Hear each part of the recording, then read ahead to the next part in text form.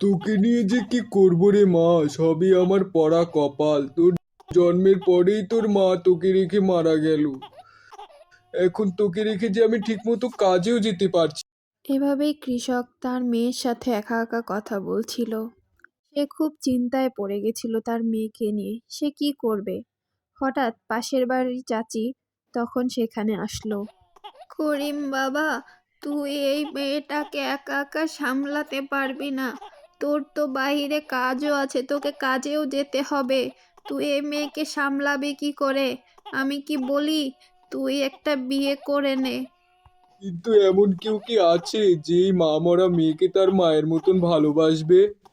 শোন বাবা, আমার এক দুঃসম্পর্কের ভাইয়ের মেয়ে আছে। তুই যদি চাস তাহলে সে মেয়ের সাথে তোর বিয়ে দেওয়ার ব্যবস্থা করতে পারি। ঠিক আছে কাকি, তাহলে তুমি ওদিকে জানাও, দেখো কি বলে। আচ্ছা বাবা, আমি তাহলে কালই ওদের সাথে কথা বলবো, তোর বিয়ের কথাটা বলবো। কয়েকদিন পর করিম বিয়ে করে বউ নিয়ে বাড়িতে আসলো। শোনো বউ, ও আমার মা মরা একমাত্র মেয়ে। ওকে তুমি ভালো করে দেখে শুনে রেখো।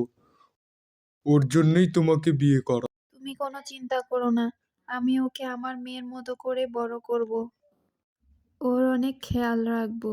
আমি তো এখন ওর মা। কয়েকদিন যেতে না যেতেই বের হয়ে আসলো কৃষকের নতুন বউয়ের আসল রূপ। যখন কৃষক বাড়িতে থাকতো তখন সে তার মেয়েকে ভালোই দেখভাল করত। আর যখন সে বাহিরে যেত তখন সে সারাক্ষণ সাজুগুজু নিয়েই ব্যস্ত থাকতো। এদিকে মেয়ে কান্নাকাটি করলেও তার কোনো ভ্রুক্ষেপ ছিল না। অন্যদিকে ডাইনি ঘরের চালের ওপর বসে থেকে সে সব কিছু খেয়াল করত। না, ওই শয়তানদের হাতে আমার মেয়েকে ছেড়ে দিলে হবে না। আমারই আমার মেয়েকে দেখাশোনা করতে হবে।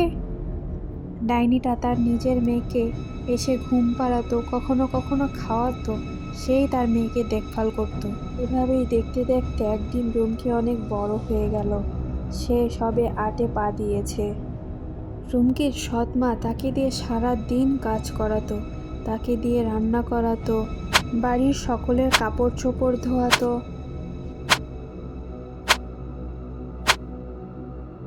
এমনকি থালা বাসনও তাকে দিয়েই মাজাতো। যখন কৃষক বাড়ি থাকতো না তখনই রুমকিকে এগুলো কাজ করাতো। কিন্তু কৃষক বাড়ি আসলে কৃষকের সামনে তখন অভিনয় করত যে রুমকিকে সে অনেক ভালোবাসে, নিজের মেয়ের মতো করেই দেখে। কিরে, ঘরের সব কাজ শেষ নাকি বসেই আছিস সারাদিন? সব কাজ শেষ কর এক্ষুনি। মা, সব কাজ শেষ করেছি। ঘর ঝাড়ু দিয়েছি, বাসন মেজেছি, কাপড় কেচেছি। এখন না আমার অনেক খিদা লাগছে, মা একটু খেতে দাও না। এখন ভাত শেষ হয়ে গেছে, রাতে রান্না হলে তারপরে খাস। এখন যা কাজ কর। ঠিক আছে মা। কিছুক্ষণ পর রুমকির সৎমা উঠোনে বসেছিল। তখনই কারো পায়ের শব্দ পেয়ে সে পিছনে ঘুরে তাকালো। কি গো বোন, ভালো আছো?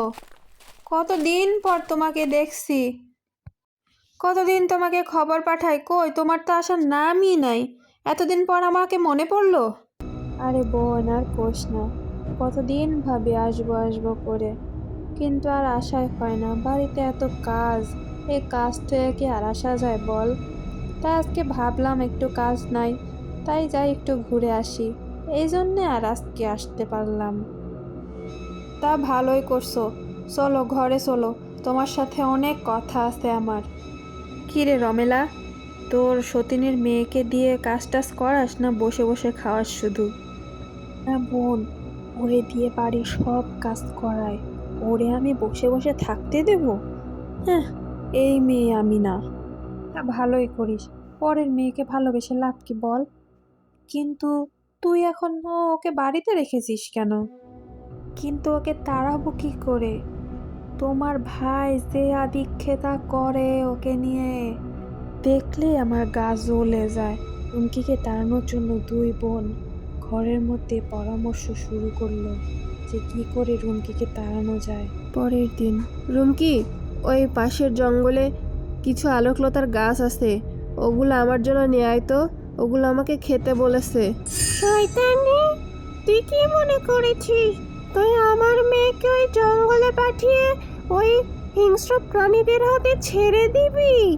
হ্যাঁ, তা আমি হতে দেব না। আমি ওর মা। আমি থাকতে আমি ওর কোনো ক্ষতি হতে দেব না। যাই দেখি মেয়েটা আবার কোন দিকে গেল। এদিকে রুমকি সারা জঙ্গল আলোকলতার গাছ খুঁজে বেড়ালো, কিন্তু কোথাও সেই আলোকলতার গাছ পেল না। এদিকে সে গাছ খুঁজতে খুঁজতে হঠাৎ জঙ্গলের গভীরে চলে গেল। সে বুঝতেই পারল না সে কখন জঙ্গলের গভীরে চলে এসেছে। একটু পর যখন সন্ধ্যা নামলো, আমি কোথায় চলে আসলাম? আমি এখন বাড়ি ফিরবো কি করে?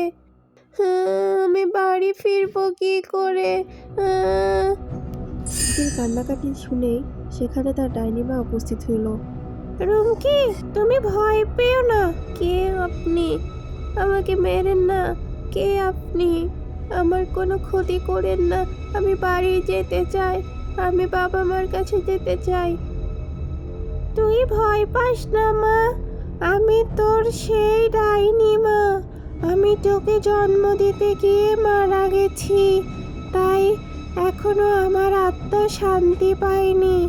তাই আমি সব সময় তোর পাশে পাশে ঘুরে বেড়াই। তুই ভয় পাস না মা। মা, তুমি আমার মা? হ্যাঁ, আমি তোর মা। আজ থেকে তোকে আর ওই বাড়িতে ফিরে যেতে হবে না। ওরা তোকে যে কষ্ট দেয় আমি তো সবই দেখি, কিন্তু আমি কিছুই করতে পারি না তোর জন্য। শুধু তোর মুখের দিকে তাকিয়ে আজ থেকে তুই এই জঙ্গলে আমার সাথেই থাকবি। তোর সৎ মা তোকে এই জঙ্গলে পাঠিয়েছে যাতে তোকে এই হিংস্র প্রাণীদের হাতে পড়ে তুই মারা যাস। তাই তুই আজ থেকে আমার কাছেই থাকবি। তোর কিচ্ছু হতে দেব না আমি।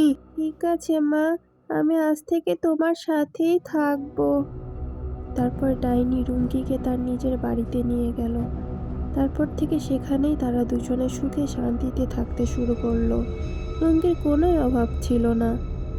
এভাবে দেখতে দেখতে বেশ কিছুদিন কেটে গেল। হঠাৎ একদিন, আরে কে কোথায় আছো? বাঁচাও বাঁচাও, সাপ!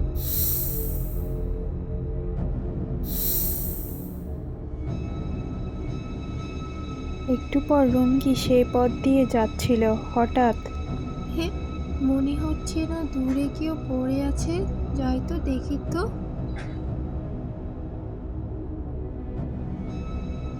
তোমার বাবা। ও বাবা, বাবা তোমার কি হয়েছে? কথা বলছো না কেন? বাবা, তোমার কি হয়েছে? কথা বলো বাবা, কথা বলো। বাবাকে তো সাপই কেটেছে। যাই ওষুধ লাগাই দি। জঙ্গলে থাকতে থাকতে রুমকি অনেক টোটকা শিখে গেছে। সে তার বাবার জন্য এক বোতল ওষুধ নিয়ে আসলো। এই ওষুধ তার বাবাকে সে খাইয়ে দিল। বাবা, তুমি ঠিক হয়ে গেছো? মা রুমকি, তুই এখানে? এতদিন কোথায় ছিলি মা?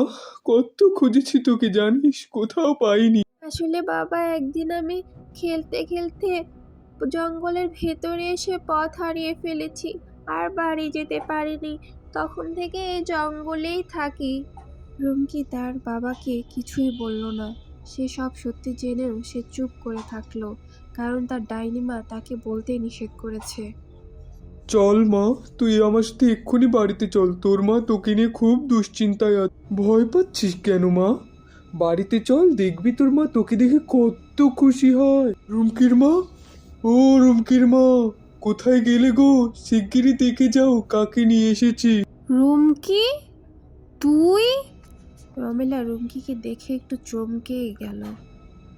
এতদিন পর রুমকি কিভাবে ফিরে আসলো? এতদিনও মরে নাই। রমেলা মনে মনে বিড়বিড় করছিল। কিরে মা, কোথায় ছিলি এতদিন? তোর বাবা তোকে কত খুঁজেছে।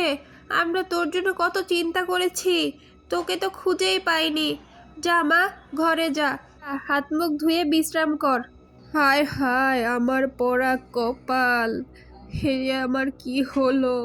এই মেয়েটাকে আমি তাড়ালাম, তাও সে মরলো না। ওই জঙ্গল থেকে সে ফিরে আসলোই বা কি করে? শুনেছিলাম ওই জঙ্গলে যারা যায় তারা আর নাকি ফিরে না। ও তো আবার ফিরেই আসলো। না, এবার আর ওকে এভাবে মারবো না, এবার নিজের হাতেই ওকে শেষ করব। এবার ওকে বিষ খাইয়েই মারবো।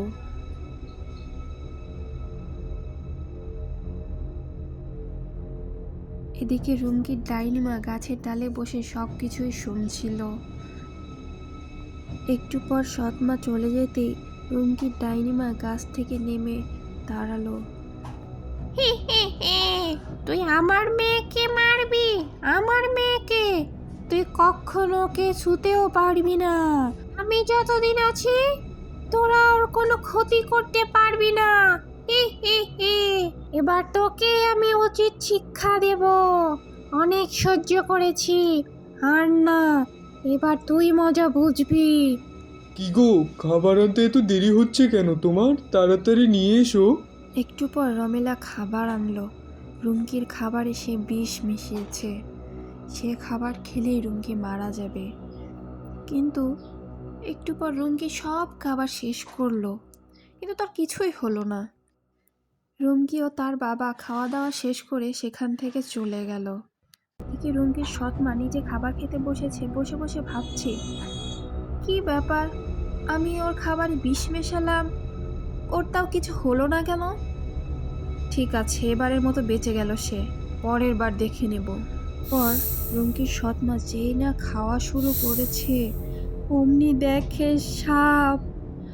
কে কোথায় আছো, আমাকে বাঁচাও! সাপ, সাপ, কে কোথায় আছো, আমাকে বাঁচাও! সাপ, সাপ আমাকে মেরে ফেললো।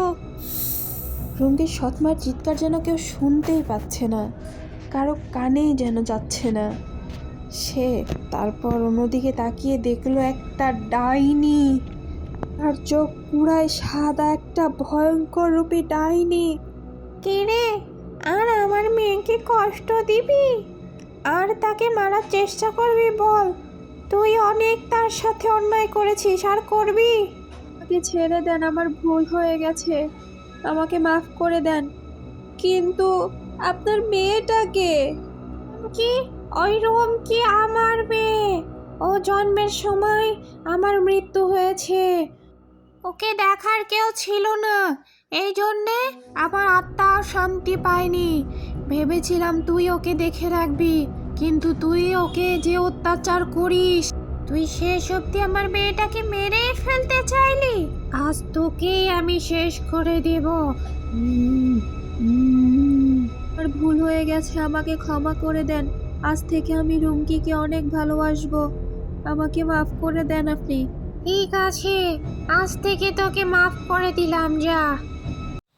এরপর থেকে রুমকির সৎমা রুমকিকে অনেক ভালোবাসতো, তার অনেক খেয়াল রাখতো। যদি সোজা আঙুলে ঘি না